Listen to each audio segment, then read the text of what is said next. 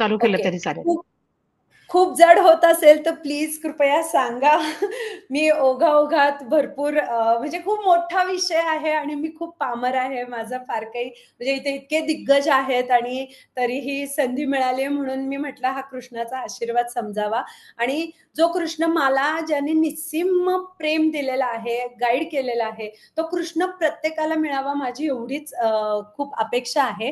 तुम्ही जर आजपर्यंत गीतेकडे वळले नसाल तर आजच्या माझं या अगदी म्हणजे हात जोडून विनंती आहे की कुठलंही मनात किलमिश न आणता तुम्ही गीतेकडे वळा. तुमच्या प्रत्येक प्रश्नाचं उत्तर तुम्हाला त्यामध्ये सापडणार आहे. आणि ही सृष्टी, ही प्रकृती आणि अर्जुनाचे जेवढे काही प्रश्न होते ते त्या काळातले की अर्जुन म्हणतो की माझ्याच आजोबांना आणि गुरूंना मी कसं मारू.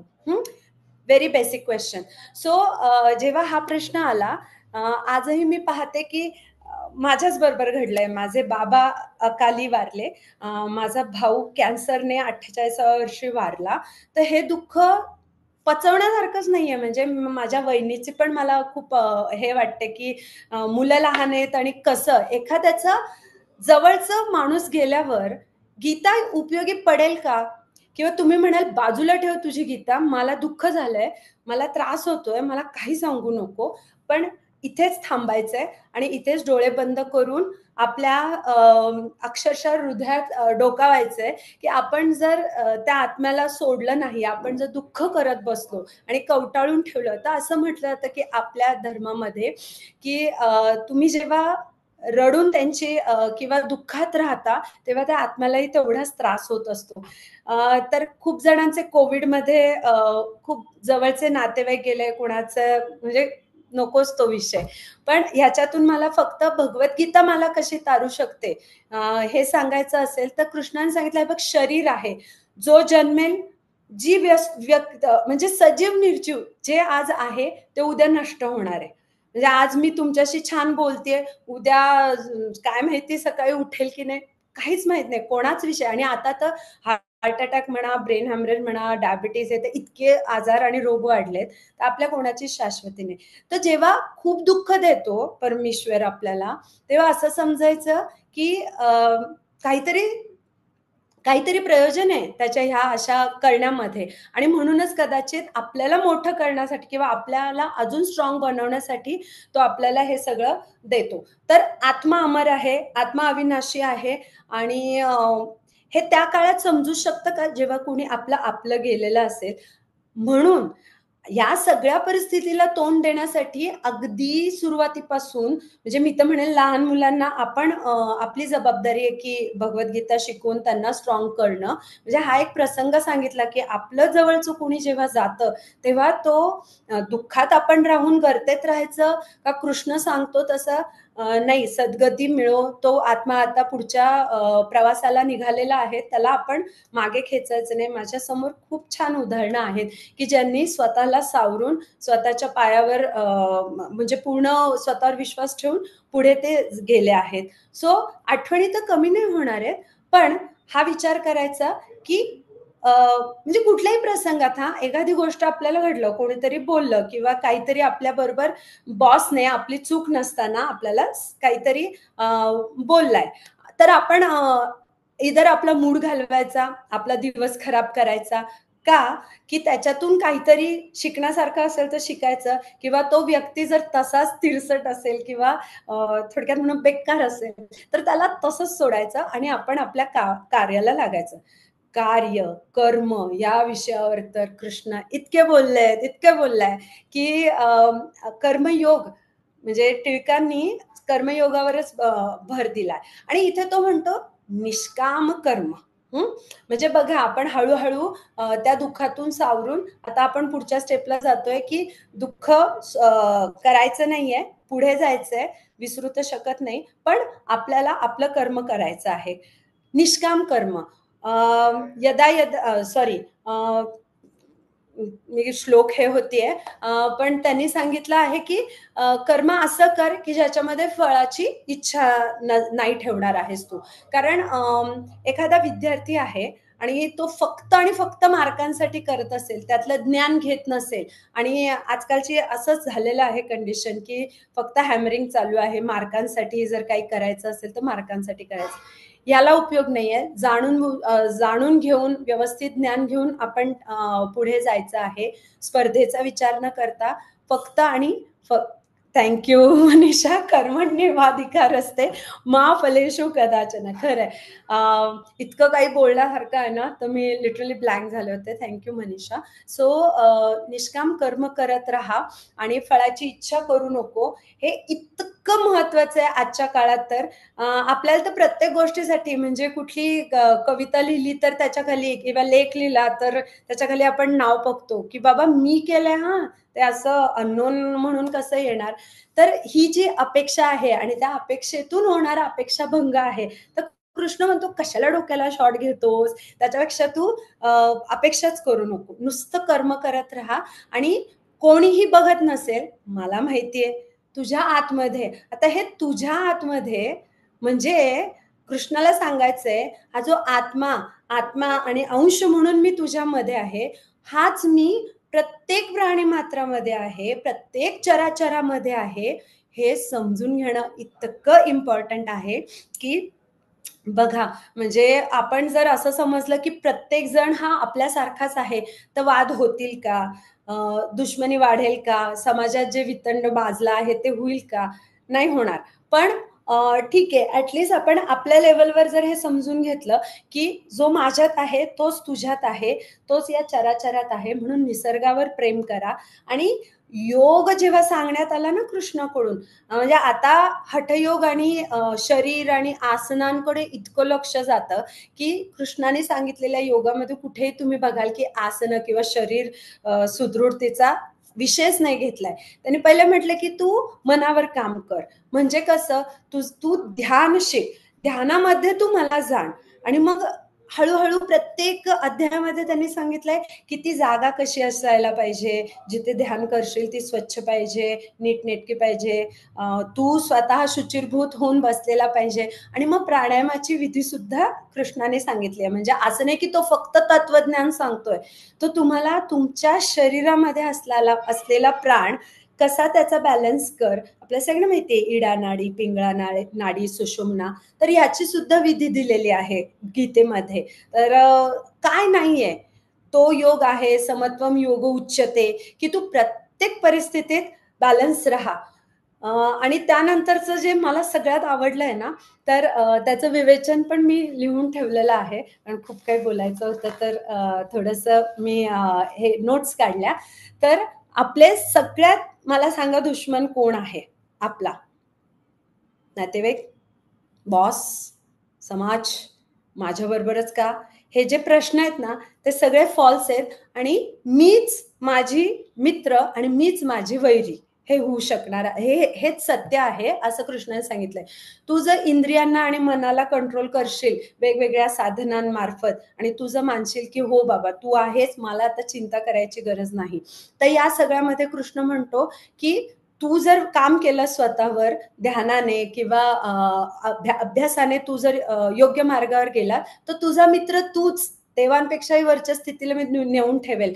आणि हे जर तू तुझ्या बुद्धीचा विपर्यास केलास, तू अज्ञानात राहिलास, तर तू पाताळाच्या पण खाली जाऊ शकतोस. हा तूच आहेस. त्यामुळे ब्लेम गेम जे चालतात, तो मुद्दा मला थोडासा पटकन मी कव्हर करते की आपल्याला ना, म्हणजे मी पण कधी कधी आपण असं सगळेच धरून चालू की माझ्या बरोबरच का, किंवा मला ना ह्याच्यामुळे त्रास झालाय, ही व्यक्ती आहे, ही परिस्थिती आहे आणि ही घटना आहे ज्याच्यामुळे त्रास झाला, म्हणजे आपण त्याची जबाबदारी स्वतःवर घेतच नाही. बऱ्याचदा असंही होतं की समोरचा जबाबदार असतो, पण आपल्याला लेट गो करता येतं का, फॉरगिव्ह करता येतं का, माफ करणं. म्हणजे कितीतरी फिलॉसॉफर्स किंवा सायकोलॉजिस्ट आजकाल सांगतात, झोपण्यापूर्वी तुम्ही हात जोडा आणि तुमच्याकडून काही चूक झाली असेल तर माफी मागा. आणि झोपण्यापूर्वीच आज दिवसभरात ज्या काही गोष्टी झाल्या असतील चांगल्या वाईट, त्याबद्दल तुम्ही माफ करा. बरोबर? म्हणजे तुमचा जो हा घडा आहे तो रीता करा आणि पुढच्या दिवसासाठी तो छान भरून ठेवा. आणि कर्म तर करायचंच आहे आपल्याला, पण ते प्रयत्नपूर्वक चांगल्या अर्थाने आणि चांगल्या बुद्धीने करा, की जेणेकरून तुम्हाला म्हणजे एकदा का मानलं ना, की बाबा तू इथे आहेस आणि माझ्याबरोबर प्रत्येक ठिकाणी, प्रत्येक वेळी तू आहेस परमेश्वरा. मग माझा परमेश्वर जर कृष्ण आहे, तर हे सुद्धा कृष्णाने म्हटलंय, की मी कधी स्वामी समर्थ होऊन तू जर मला भजलंस, ओके, तुला आशीर्वाद आहे. कोणी गोंदवलेकर महाराज किंवा कोणी अजून देवीला मानत असेल, तर कृष्ण म्हणतो, मी त्या त्या देवतांमध्ये त्याची भक्ती दृढ करेल आणि त्याला म्हणेल सुखी राहा. सगळ्यात मूळ जे आहे ना हो, कृष्णाला आपण हे जो मानव देह जो धारण केला आहे ना, त्याचं एकच म्हणणं आहे, की बाबा त्याचा मर्म जाण, जी बुद्धी दिली आहे. म्हणजे आज माझ्याकडे एक पेट आहे, बोका आहे, कॅट आहे. आणि मी जेव्हा बघते की अरे याला बोलताच येत नाही, मी किती नशिबान आहे किंवा माणूस हा किती नशिबान आहे ज्याला कंठ दिलाय, जो कम्युनिकेट करू शकतोय, बुद्धी दिली आहे, कसं वागायचं काय, सगळ्या गाईडलाईन्स दिलेल्या आहेत. तर आपण त्याचा वापर केला पाहिजे. आणि म्हणून माफी माफ करणं आणि माफी करणं स्वतःला आणि दुसऱ्यांना हे खूप खूप खूप महत्वाचं आहे. तर काम क्रोध या षड्रिपूंबद्दल बोललो तर आजकाल आपल्याला किंवा लहान मुलांना पण नो हे माहीतच नाही. एखादी गोष्ट मागितली आणि मिळाली नाही तर सुसाईडच्या केसेस आपण बघतोय, की लागलीच मोबाईल नाही दिला म्हणून तर अरे बापरे! कितीतरी खरंच घटना घडतायत, की उडी मारली आणि त्या मुलाने आत्महत्या केली आणि नको ते सगळं कानावर ऐकू येतंय. या सगळ्याचं मूळ हे आपल्या घरातच आहे. आपण जर आपल्यावर काम करू तर निश्चित म्हणजे मीच जर वाचन करताना दिसले तर निश्चितच माझी मुलांना मला सांगायची वेळ नाही येणार, की मोबाईल बघू नको किंवा कुठल्याही स्क्रीनशी रिलेटेड गोष्ट. आणि मग या सगळ्यामध्ये शास्त्रांचा अभ्यास खूप महत्वाचा आहे. पटकन राग येणं, रागातून मग त्याचं मी जे तुम्हाला म्हटलं, की सतत विषयांचं चिंतन केल्याने आसक्ती निर्माण होते. कामना निर्माण होते, त्या पूर्ण नाही झाल्या की राग येतो.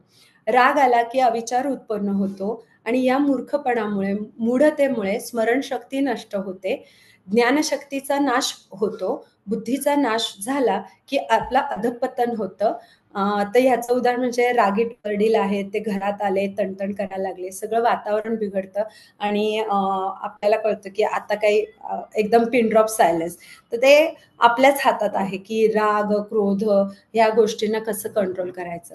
आणि म्हणून सगळ्यात शेवटी हेच सांगायला आवडेल, की कृष्णाने आपल्या अंतःकरणात तो आहे, हा विश्वास ठेवा. आणि आत्मा वेगळा आणि शरीर वेगळं आहे. हे दर्शनांमध्ये म्हणजे भगवद्गीतेच्या आधी 9 दर्शनं झालेत. आपला समाज भारतीय तत्वज्ञान इतकं श्रेष्ठ होतं, की आस्तिक आणि नास्तिक दोघांचा सन्मान केलेला आहे. आजही हिंदू राष्ट्र, हिंदुस्थान एकमेव देश आहे, जिथे सगळे गुण्यागोविंदाने राहण्याचा प्रयत्न करतात, की खरंच आपण नशीबवान आहोत, की आपण या भारतभूमध्ये जन्म घेतला आहे. आणि खूप काही बोलण्यासारखं पण मी आता इथे थांबते. वेळेचं सगळं हे बघून तुम्ही सगळ्यांनी मला शांतपणे ऐकून घेतलं. त्याबद्दल मी तुमची खूप आभारी आहे.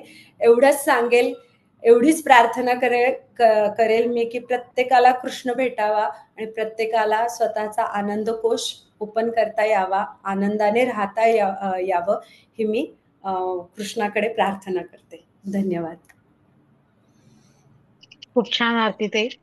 आज तुम्ही जे खरंच बोललात ना, की आधुनिक आपल्या सगळ्या जगामध्ये जे आकर्षण आहेत त्याला बंधनं घालून किंवा बंधनं न घालता सुद्धा आपल्या समोर येणारे जे प्रॉब्लेम्स आहेत त्याला आपण कसं सामोरं जाऊ शकतो. आणि ही जी काही दैविक शक्ती आहे, काही ना काही आहे, तुम्ही कशावरही विश्वास ठेवा. गीता आज हेच सांगत असते, वेगवेगळ्या स्वरूपातून तुम्हाला हे सांगत असते, की अशी काही जादूची कांडी नाहीये की सगळी दुःख नष्ट होतील किंवा एखादी गोष्ट अशी पटकन समोर येईल. पण केवळ आपलं मन किंवा आपण आपली जी काय मानसिक ताकद आहे, आपला मेंदू आहे, तो आपण कसा काय योग्य जागेवर ठेवून विचार क्षमता आपली निर्माण कशी करू शकतो. खूप सुंदर सांगितलं तुम्ही, छान उदाहरणं पण दिली. कालची ही ताई आमची जी तन्वी ताई आहे तिनेही अशाच प्रकारची काही उदाहरणं दिली, तुम्ही ऐकलत ते. अशीच पिढी आपली पुढची घडावी याकरता आपल्या बरोबर आज काल पण दोन छोटे आपले दोस्त होते, मृण्मयी आणि राम मला वाटतं त्याचं नाव विसरले मी. त्या दोघांनी अध्याय पठण केलं होतं. तर मी आता अनन्याला हा प्रश्न विचारते. कुणाचे प्रश्न असतील तर तुम्ही 1-2 मिनिटासाठी ठेवा राखून. आपण आरतीताईला प्रश्न विचारणारच आहोत. पण अनन्याला माझा हा पहिला प्रश्न आहे. तू जेव्हा आता अध्याय म्हणती आहेस, तुझं उच्चारण असेल किंवा जे काय श्लोक तू म्हणतेस, पाठांतर पहिलं करणं असेल, त्याचा सिक्वेन्स असेल, बऱ्याच गोष्टी आहेत. हे करत असताना तुला स्वतःला काय जाणवतंय? तुझ्यात काही बदल जाणवतात का? सुरुवात केली तेव्हापासून आतापर्यंत तुझ्या एकूण आयुष्यामध्ये, तुझ्या शारीरिक किंवा मानसिक तेमध्ये काय बदल झाले? घरामध्ये कुठले बदल झाले? पालक म्हणून पालकांना काय वाटतं? असं मला सगळं तुझ्याकडनं थोडक्यात हवंय. म्हणजे मी जेव्हा म्हणताना असं एकदम शांत वाटतं, सगळं शांत होतं आणि ते आतूनच छान वाटतं. म्हणजे आपण काहीतरी म्हणतोय ज्यानी आपण कृष्णाला आपण सांगतोय किंवा कृष्णाचं ऐकतोय, आपल्याच करून कृष्णाचं ऐकतोय. तर ते म्हणताना खूप छान वाटलं मला. पण तू सुरुवात आणि कधी घरात केलीस पण याची? गीता गीता मी पठणाची किंवा अध्याय शिकायची? सुरुवात मी चौथी मध्ये ना चौथी मध्ये केलेली. म्हणजे आता आता जवळजवळ. मी येतो 4वी मध्ये. आजीच आहे गुरु, पहिला गुरु. आणि अच्छा. अजूनही ते आजीकडे त्या म्हणजे आईच्याकडे भगवद्गीतेचं सतत चालूच असतं घरात आमच्या. सुंदर. मग आजी आली की, आणि ती त्या गीता धर्म मंडळाच्या कॉम्पिटिशन्स मध्ये पण भाग घेते. बर. मस्त मस्त. पण असा मला एक कुठला तरी असा तुझा, मी दोष म्हणणार नाही, पण आपल्या प्रत्येकामध्ये जसं आरतीताई म्हणाली की काही ना काहीतरी एक असती गोष्ट, पॉझिटिव्ह आणि निगेटिव्ह. त्यातली अशी कोणती निगेटिव्ह गोष्ट होती की जी पॉझिटिव्ह झाली असं तुला स्वतःला वाटतंय का ते? झाली. ओके. नाही तर आता नसेल तर तू त्याच्यावर नक्की विचार करशील की असं काहीतरी होतं, भलेही ती छोटीशी गोष्ट असेल. माझं ऍक्च्युली मी जेव्हा छोटी होते तेव्हा मला म्हणजे असं बोलायला येत नव्हतं. म्हणजे मी अशी एकदम अडखळायचे. मला बोलताच येत नव्हतं. पण आता जेव्हा मी मोठी मोठी होतीये तेव्हा असं मलाच वाटतंय की मला बोलायला तो कॉन्फिडन्स येतोय दुसऱ्यांशी. बरोबर. आता जसं हे तू जाणून घेतलंस ना, आता मी जेव्हा बोलतेय तुझ्याशी ह्याच्यानंतर तू याचा नक्की विचार करशील की अशा बरेच गोष्टी असतील. मी आता आपण तू एक आत्ता सांगितलीस, पण मी फक्त दोष म्हणत नाहीये बरं का. असे काही गुणही असतील, त्याची इम्प्रूव्हमेंट झाली.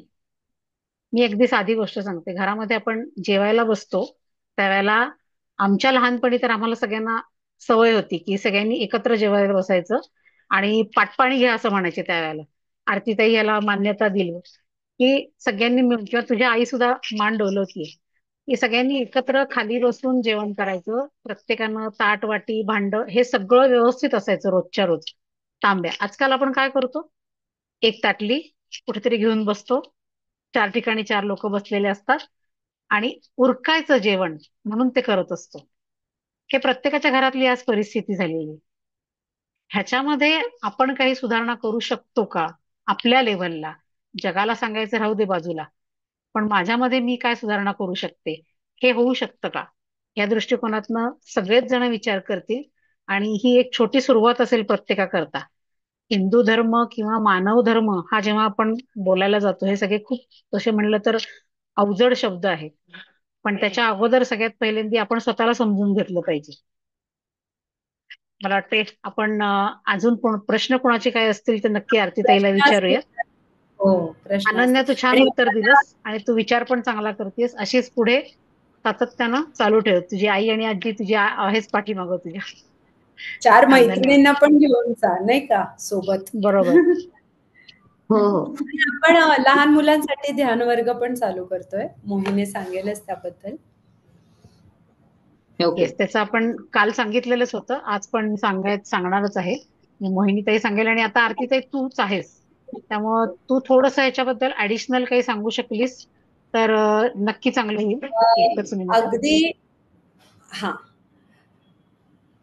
आपण काल बोलताना असं बोललेलो होतो की ध्यान आणि आहार विहार कार्यशाळा हो. म्हणता येणार नाही, पण एक सातत्यानं असलेला उपक्रम आपण चालू करतोय वयवर 5 आणि त्याच्या पुढच्या सगळ्यांसाठी.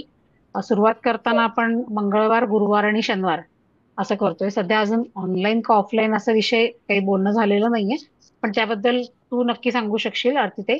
आणि त्याच्याच हो. बरोबरीनं मला वाटते किल्ल्यांबद्दलचा पण काहीतरी विषय आहे, तर तो तूच हो. सगळ्यांना त्याचं इंट्रोडक्शन करून दे.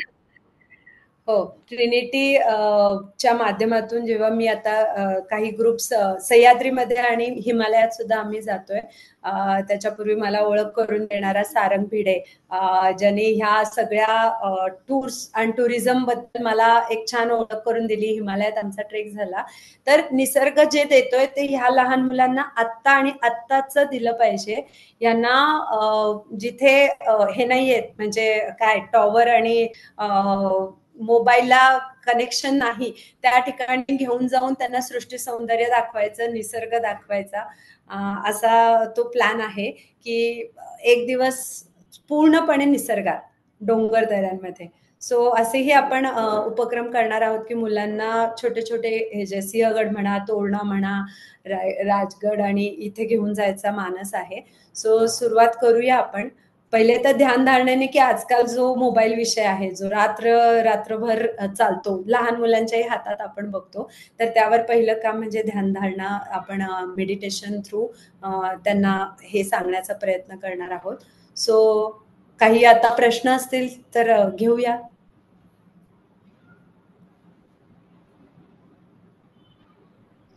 ज्यांना प्रश्न विचारायचे आहेत त्यांनी अनम्यूट करा. तुमचा व्हिडिओ चालू करणं शक्य असेल तर चालू करा आणि मोकळेपणानं प्रश्न विचारा.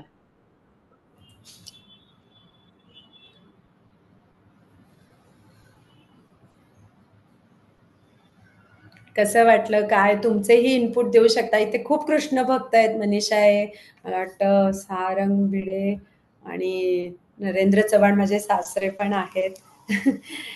मोहिनी आहे, मोहिनी, मोहिनीताई, मैथिली आहे.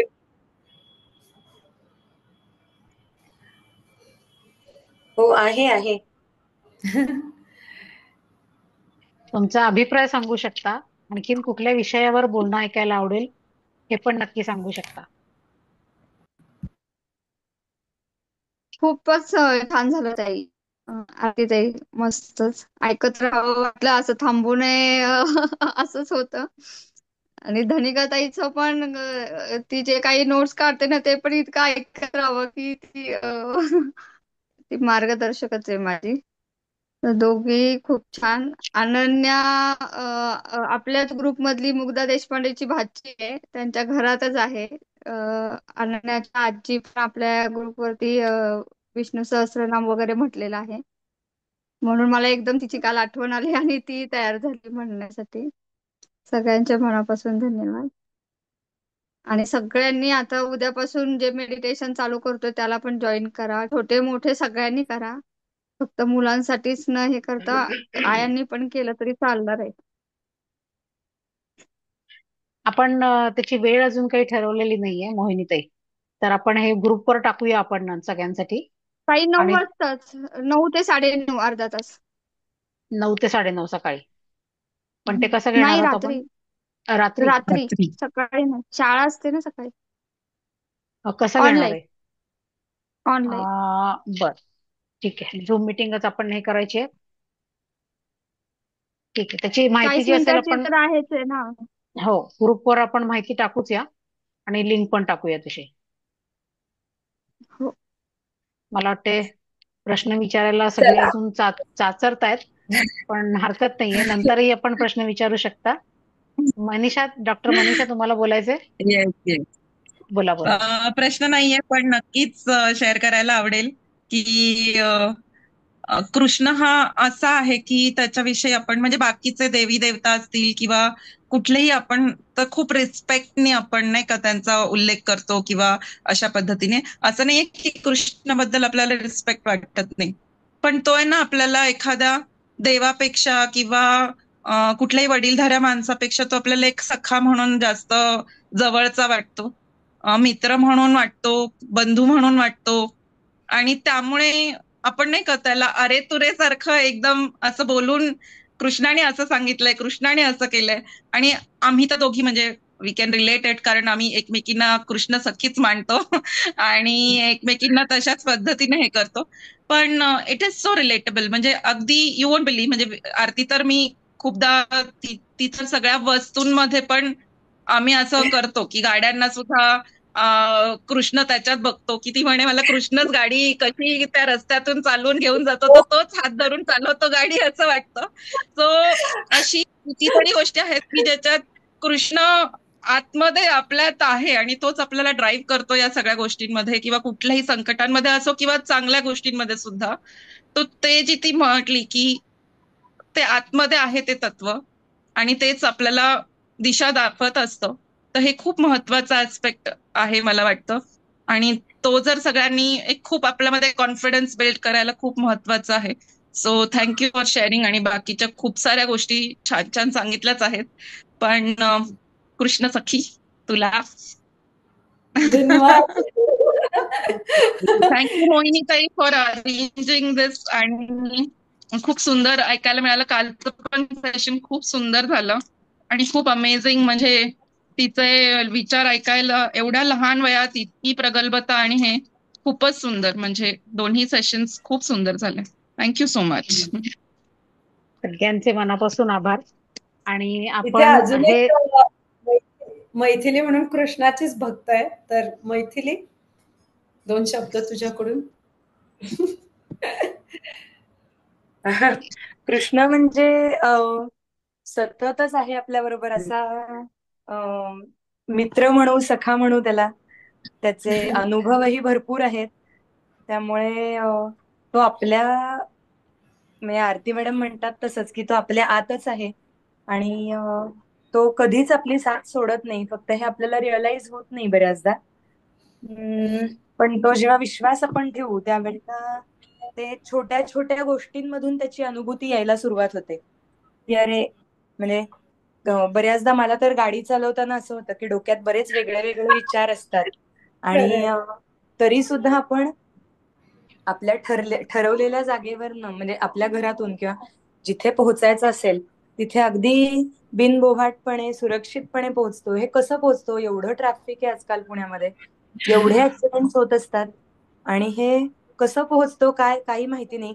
शेवटी तिथे पोहोचल्यानंतर कृष्णाचे आभार मानते मी तर दरवेळेला, की बापरे, माझ्या मनामध्ये एवढे सगळे विचार असतानाही, माझं लक्ष ड्रायव्हिंगवर नसतानाही तू मला इथे आणून व्यवस्थित उभं केलंस.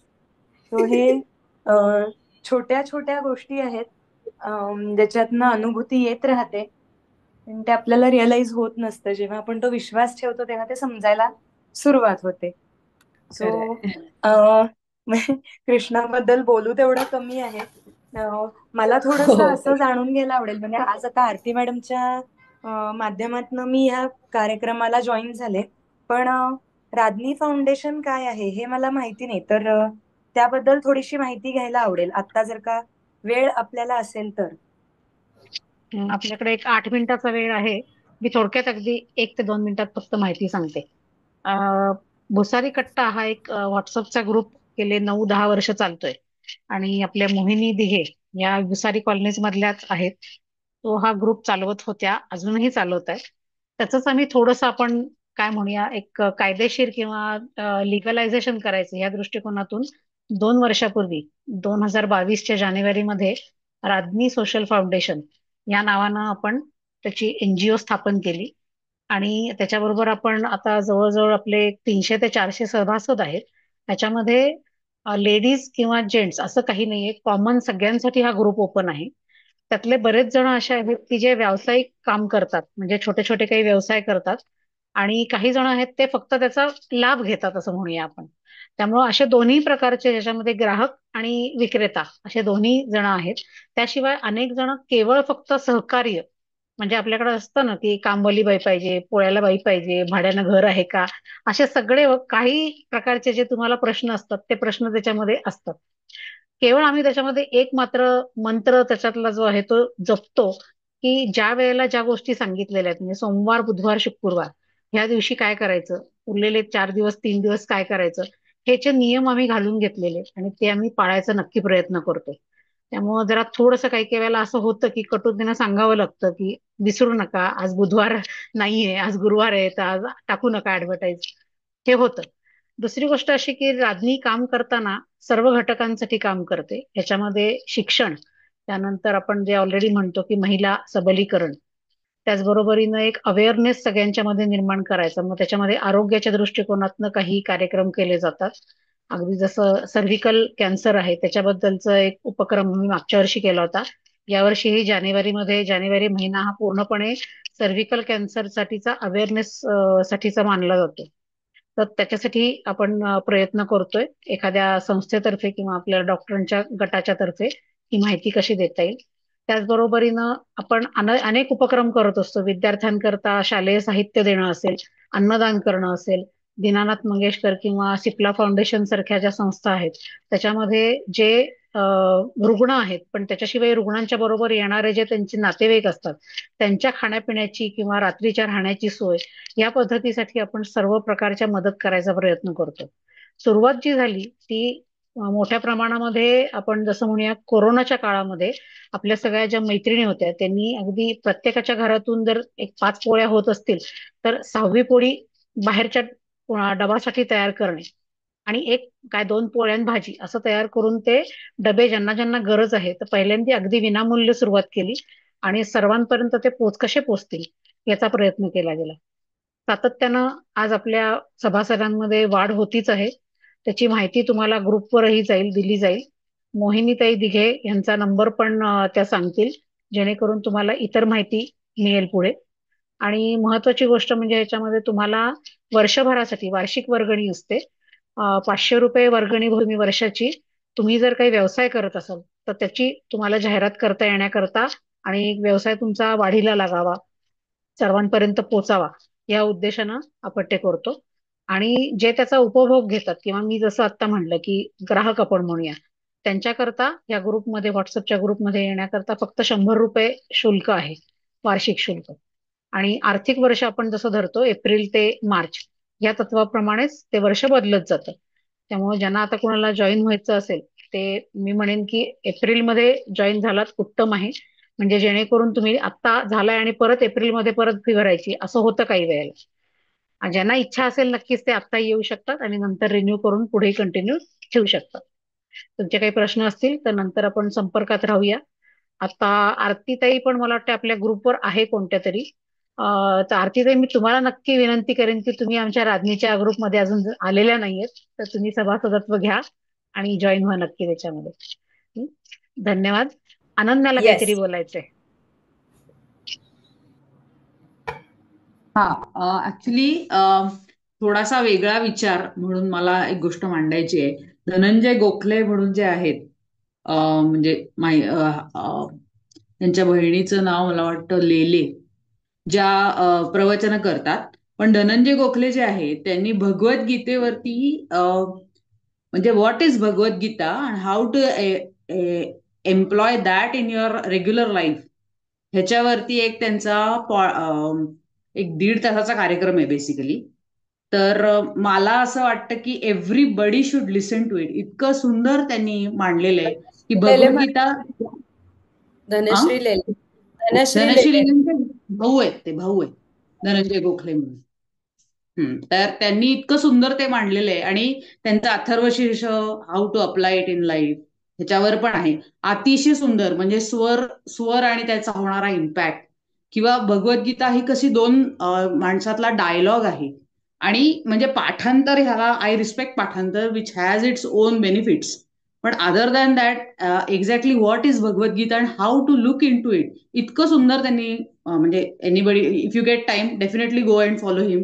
डीजी म्हणून त्यांची साईट आहे, DG, you can find it out. म्हणजे खूप ते खूप फेमस आहेत. पण सध्या मी ते बघते, ते फॉलो करते, कारण आमच्याकडे भगवद्गीता खूपच चालूच असतं सतत. पण what is it exactly and how do I employ it in my life, हे इतकं सुंदर सांगितलेलं आहे की आय फील की एक वेगळा थॉट म्हणून लोकांनी ऐकायला काहीच हरकत नाही त्यांना.